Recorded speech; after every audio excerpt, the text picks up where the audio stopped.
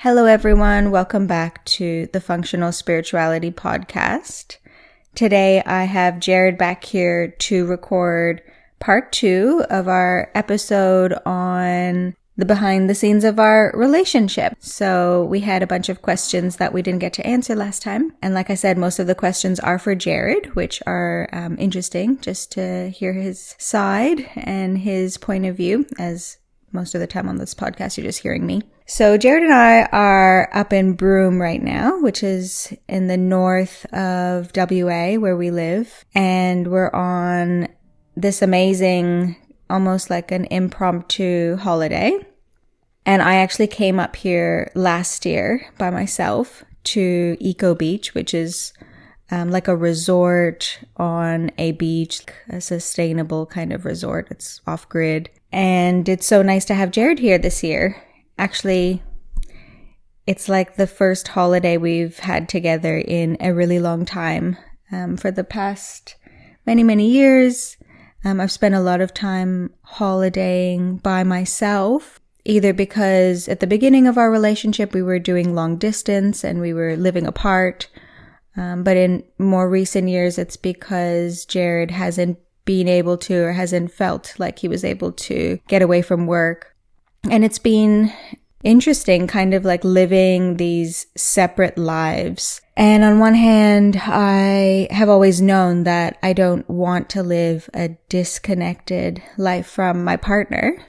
But at the same time, I sensed somehow or knew it was necessary to have the permission to be separate, even though we were relating. But like we were saying in the last podcast, one of the hardest things for me in our relationship has been trying to navigate this very complex field without really knowing if we're doing the right thing.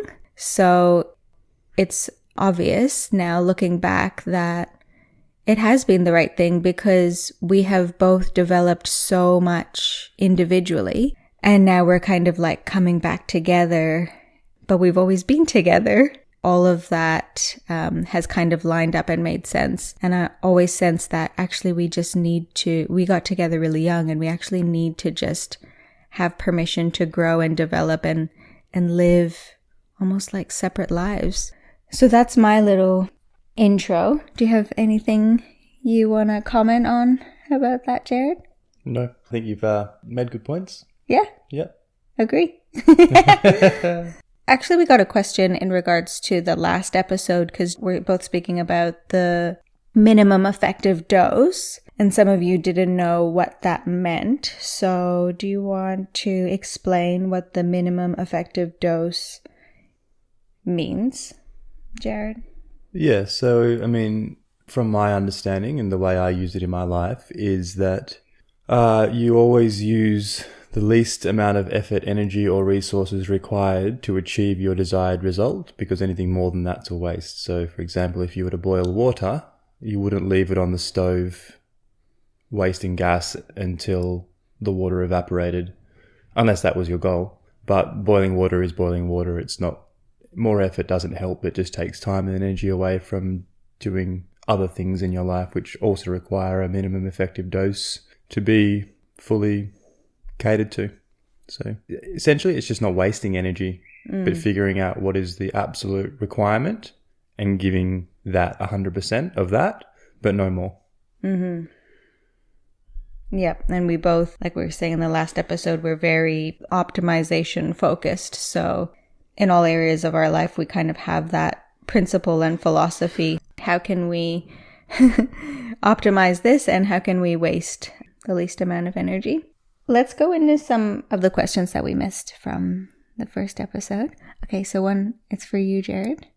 What was your first impression or thoughts when you met Ava? We were just talking about this morning. We talk about this at least once a week. So, I mean, as was explained in your podcast by yourself, your solo sode, when we first met, it was at the yoga class, and I remember walking up from the back of the class to the front, across the grass.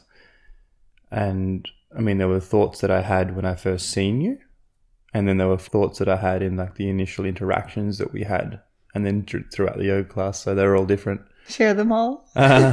So the first ones that when I seen you were that you were the most beautiful girl I've ever seen, and that I needed to find a way to figure out your status and be close to you and spend time with you and hopefully get you to notice me and like me, plus maybe some less PG rated things as well. This podcast isn't PG. Yeah, but I don't need to go into it. And then probably when we first started talking, which was just the interaction with me borrowing the yoga mat of yours, I just thought you were very sweet, and just deepening those feelings of how beautiful you appeared to be to me. And it's funny because this question says, what was your first impression? So that's always a funny part of the story. Remember what your first impression? Yeah, I'm getting there. I'm getting there. And then throughout the class, my first kind of impressions that really landed were like, whoa, this girl is so sweet. She's never done a swear word. She's never smoked a cigarette. She's probably never told a lie. I'm a minor. I've just come out of the mines for 5 years with men, and I'm a little bit rough around the edges. I was a sweet angel. Probably going to have to change a few things to get this woman to be in my groove, or myself being in hers. So, yeah, apprehension maybe a little bit. But yeah. Yeah, it's a good question because, yeah, Jarred and I, we talk about it all the time. Can I say what you always say? Sure. Jarred says the sweetest thing all the time, like at least once a week. He's like, I'll never forget. I said it this morning, didn't I? Oh, what he said this morning was the sweetest thing, but he always says, I'll never forget when I first saw you. So there's something that's like deeply burnt in his memory. It was also like, that it was across the field. You were commanding a space. You were cascaded in filtered tree light in a beautiful summer day. Yeah. It was also had the notion of me starting this new chapter and this new lease on life and new beauty everywhere and holistic health. And no, I wasn't. I was transitioning through two worlds, I suppose. So yeah. Okay, another one about Ava. What is Ava's best quality? Physical.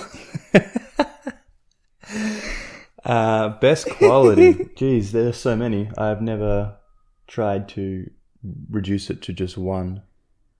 Got it. Best quality is that you are constantly sifting through all of your qualities and refining them. So your best quality is probably that you don't stop making all qualities that you have better. Improving your qualities. Yeah, 100%.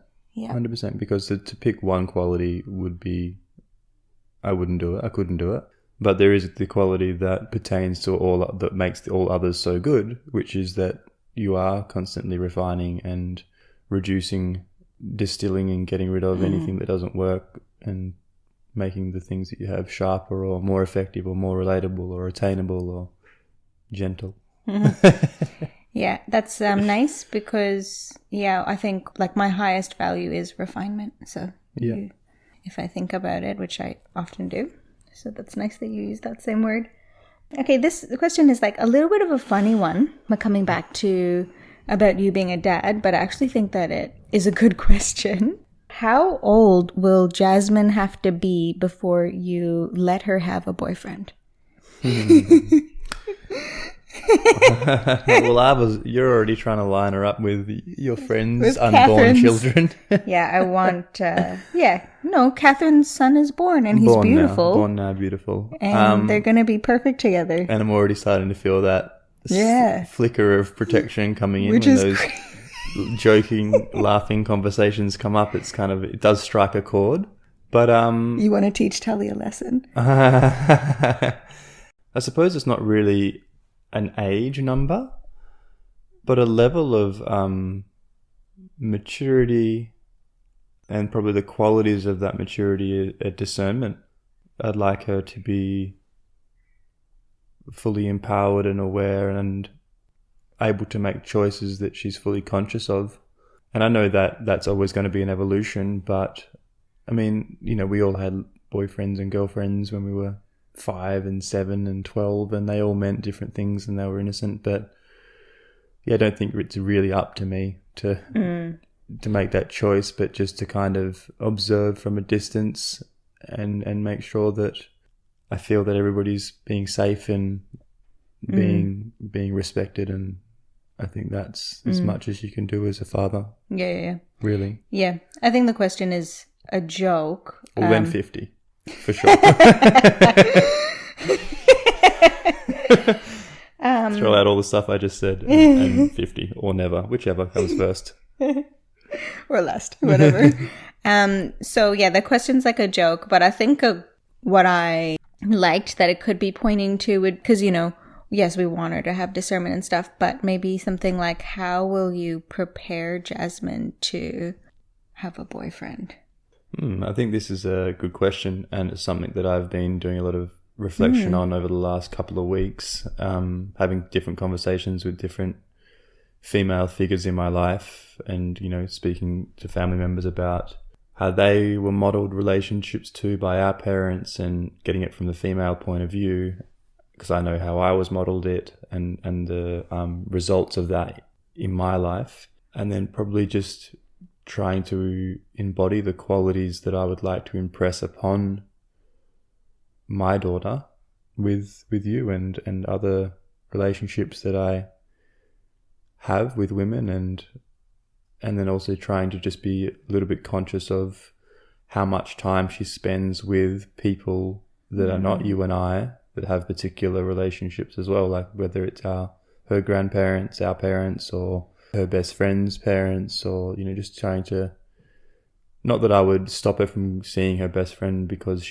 I didn't agree with the values of her parents or his parents, but probably just wanting to have an understanding of what she might be seeing and witnessing, and then having an arsenal of advice and to be able to give to her if she has questions on how things are different from what she's seeing in her primary caregiver's relationship, and just helping her navigate all of that, really, based on what my highest values are for relationship, and making sure she has the best chance at not having to work through too many traumas or little bits that aren't necessarily serving us in our adult relationships that we pick up unconsciously through just being an unfiltered sponge as a child, you know?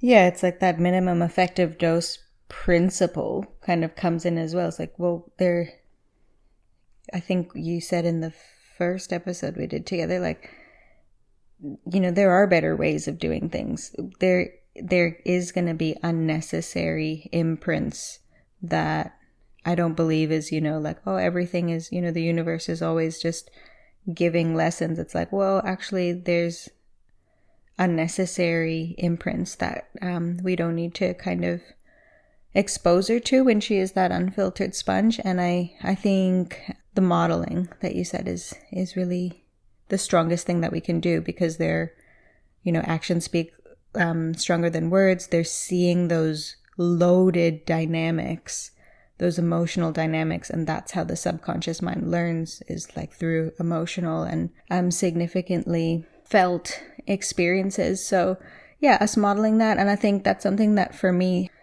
there's not too many parenting thoughts that I've had, but one of them has definitely been like me wanting to cultivate excellent friends for her as part of my like holistic approach to parenting, to actually just put her around other parents that I want modeling and living the education and the behaviors and the everything that I want her to adopt. I mean, that's exactly how I feel as well. Do you find yourself taking stock of the people in your life? Like, it feels like for me that I've put dad glasses on and I see my life as it is now, and I'm like, is this exactly what I want for my child? You know, and even though all my friends and family are just so amazing, there are like little qualities now that I'm picking up that I'm like, oh, That's not useful. It's fine for me because I'm an adult with my awareness and I can filter those things out, because I've already done that processing or that healing or whatever it is. But to take them onto a fresh new baby with open awareness and very little filtration, it may not be having the same effect. It might have a more potent effect. So do you have that same experience where you're actually kind of looking at people in a different way through mum eyes? There is a tiny bit of taking stock, but in the same way, for the same people in the same activity of taking stock, I just don't know who is going to be around when she's born and like where we will be. Like obviously we're going to live in our house for a little bit longer, but I just don't know what it's going to look like. And I think there's a little bit more role play and imagining what, just so we can be more prepared. But right now, because I don't really feel prepared for what is going to happen after the birth, like who she's going to be around, I only know a few things about who's going to be around. Your mom, maybe Justin is living in the house. And with all of those, I'm, hyper aware that I feel really good with all of that. And I think I'll just have to see the next step before I put on those glasses. Because, even though we both like minimum effective dose, I tend to lean out more and you tend to lean in more to situations of risk, like you will preemptively consider it and I'll wait for more information to present itself so that I'm not using any energy before the time is right. Neither one of those approaches is a better way because sometimes you save more energy in the long term by putting up more energy up front and stuff like that. So yeah, I haven't been taking too much stock unless it's something that I absolutely know is going to be the case. Like it's still especially for me, not having considered myself as a parent for maybe 31 years of my life and only really considered myself to be maybe a mom in the last couple of years. Yeah, I'm just a little bit more leaned out of that process. Mm-hmm. Okay, what is it like living with Ava? I think actually the question said, what is it like living with the fabulous Ava? But yeah. This is a trick question. No, a lot of them sound like it, don't they? Did you write this one in? What is it like living with Ava? I mean, it's so many things, right? Like, it's very fun. We are very stupid together. Like, we've rapped about 3 times together this morning, like little impromptu. We even recorded one. We recorded our first rap this morning, so that was nice. But also, it's, not just fun, but it's also serious, and we get down and do some serious work in terms of, we rub up against each other and we get triggered and we come away and we come back and we process our stuff and we come back and we talk through it, and, sometimes it can be done there and then, and sometimes it's more of a drawn out thing that needs a couple of different attempts at making it a resolved situation. So it's a constant state of evolution for sure, but I think that's the same as if any partners were to live together that are trying to create a better experience for one another and themselves. So it's fun, it's filled with joy, it can be challenging, it is... Why is it challenging? It always smells nice. You noticed. Why is it challenging? I think I alluded to this in the first podcast, where it's just that you're not living by your own set of standards or your own set of rules, which you've been habitually keeping for years without changing them. And it's, you're learning things about yourself, and we're just constantly moving and upgrading together. So it transgresses the masculine paradigm, or at least my paradigm of like wanting to get to an end point of a job and it being done, but rather like, relaxing into the fact that it's an evolution that never stops. So yeah, it's continuously, it's just work. It's just always work. Yeah. Which is fine. Yeah. But it's something you have to change your mind around, where it's, I work to get a job done rather than working for a continuation of work. Mm-hmm. Yeah, I like that you said that, we're continuously upgrading together, because that's what we both want. And that's what I've always wanted. And I think for a lot of women, that's what we want to feel in partnership, is that we are, collaborating together. We're very collaboration focused. And I think for us, for the past many years, it's been a bit more masculine in our relationship, where we were both individually developing ourselves and focusing on our individual interests and, individual needs and focuses and passions and challenges. And I've always wanted to be in collaboration. I'm just naturally like that. And now we're in a family now. Our attention has shifted back to being in collaboration, and it makes the challenges all the more easier when you know for sure you're in collaboration. And we've had like a couple of times, we've only been parents for like the past 6 weeks, but we've had a couple of times come up where we're thinking about parenting, or we're thinking about, what's going to happen next year. Like, I had a retreat booked in India, and then, we had different ideas, at least on the surface, about if we should go, or if I should go to India with a newborn. And, so there's been a couple of things where we have disagreed on what we want for our baby, but that has actually, it, like you're saying, we kind of rub up against each other a little bit, and then sometimes it takes a little while and goes away. But when we were last having our, the last little disagreement that we had, I kind of had this little inspiration that actually this is so amazing when we can disagree about our values as a parents, because it requires both of us to be more reflective and more intentional about what it is that we want and why we're willing to put our foot down and why we're feeling like we have a side about it, instead of all the times, which is like 80-90% of the time, Jarred has a thought about parenting and I'm like, yep, 100% agree. And then we're just in each other's biases, and we're just in each other's habits, condoning them without any further reflection. So although it's really challenging when we rub up against each other, it has felt really bad in the past. I kind of got this little feeling like what a grace it is to, and how it's actually a really positive thing to be able to rub up against each other, and then also to have the capacity to reflect, and then also have this partnership. I really enjoyed when you shared that insight as well. And okay, the last question is, what is the biggest gift you have received from your relationship with Ava?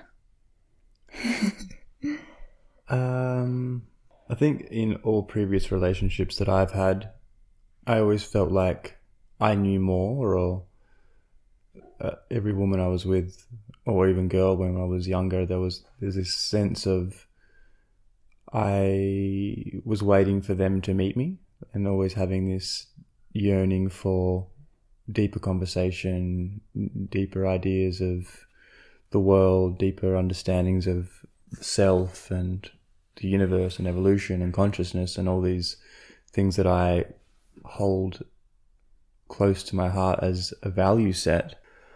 And I said in my previous relationship before meeting you that I would not be in a relationship unless the woman would bring me up to level as much as I did her, or more.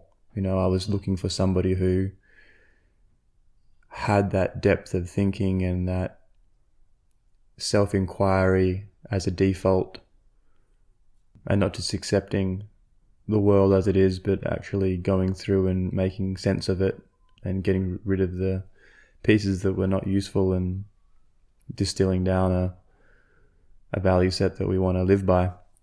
So yeah, that's probably the biggest gift, is actually finding somebody who holds those same values and has made a life out of it and is willing to share it with me. Yeah, that's beautiful. Makes me feel very useful. Okay, well, that is all of our questions. Anything else you want to share Yeah, about? there was something that I wanted to talk on, which you mentioned briefly that previously, that this idea of making mistakes with our parenting or something, and then the general notion of it's okay because it's giving our children gifts and challenges to work through and all this stuff, which is, I think, something that you and I are kind of in agreement with, which is that is a bit of an old paradigm, and it's one that has kind of plagued evolution for generations. And I think that every generation, and most pivotal in probably our parents and our generation, we are making a pretty hefty stance in changing that paradigm. And I just firmly don't believe that is the way forward anymore. I think that the joys of life don't have to come from you moving through massive or subtle traumas and becoming a better person from it. But I think actually the new paradigm is that you can just have less and less of them as time goes on, as generations go on, and that to some point I hope we get to is that we are so connected and we are so attuned that we aren't creating and perpetuating the cycle of trauma and release, that we actually just come into an experience of joy and attunement and abundance and love and trust, rather than fear and disconnect that has kind of like brought humanity to where we are now. And I just hope that I can be a huge part of that shift with you in the parenting of our child, and then hopefully Minnie can also continue that, and at some point we just become released from this cycle.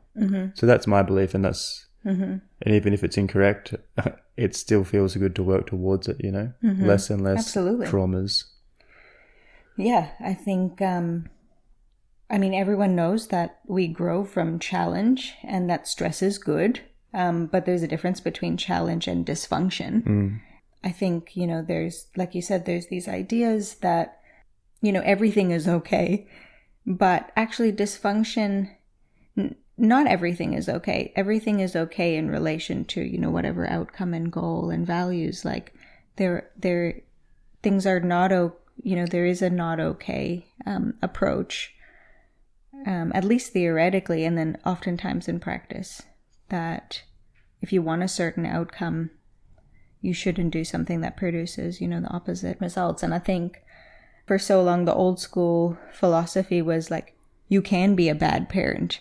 And then the new age philosophy has been like, no one's a bad parent. Every single thing is divine destiny. And, these kinds of philosophies are just keeping people on the surface. Really everyone just needs to be a little bit more self-aware and consider the implications of what our actions are. But that was not possible in the past. Like now we have more information about neurology and development and relationship dynamics. And now we're putting our attention on that, where maybe previously the goals of society were more about like food production and war, or like, whatever other more survival. And maybe more gross traumas as well, like where the child might have seen the mother being beaten by the father and creating a really deep trauma. But I think also having I think that's where our parents were pivotal in moving away from that. And I'm not saying that's fully that aggressive or trauma style isn't still prevalent, but there was a huge shift in the last couple of generations, I feel, from that bad parent, good parent dynamic. But I think also just putting our attention on subtle traumas as well, the ones that you don't know that you have, where it's, you might have just small things that are small acts of neglect and might become a part of your operating system, but because they weren't deep or overt traumas, you might not be inclined to investigate them when you're older, when you have a bit more of a self-reflective awareness. So they might actually take longer. So I think my job as a parent and your job as a parent is to broaden our understanding of what developmental trauma is and how subtle it can be. Because I think we're pretty good with our gross traumas. Yeah.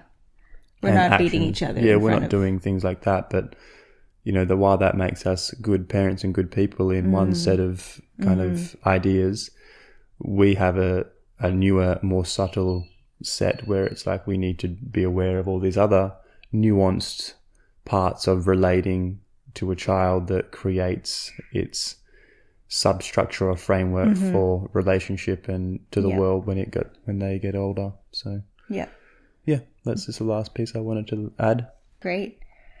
So yes, this is us just wetting our whistle about, and getting on the podcast together, answering some questions. I hope you have found that this is cute and got a little bit of a behind the scenes of our relationship, but I would really love to have Jarred on to talk more about like the deeper processes that we go through, because we go through some very, very deep processes and have very life-changing and behavior-shifting insights and experiences. So I would love to have Jarred back just to talk on different topics that we discuss in our alone time. So now that we know how to use the microphone for 2 people, we're ready to have Jarred back on the show a little bit more often, maybe once a month as a little special guest. How do you feel about that? Your eyes just popped. Well,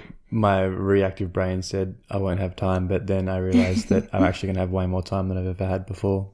So yeah, it'll be easy. Yes, my love. All right. Thank you so much for listening. Look forward to hearing your feedback on the episode, and I'll be back with you in the next 10 days with another episode on the show. Have a great week. Bye. Thank you for tuning in to the Functional Spirituality Podcast. If you enjoyed the show, make sure you subscribe by pressing the plus button on iTunes or the following button on Spotify. This is going to ensure that this resource is available and top of mind when you most need it. So please subscribe now.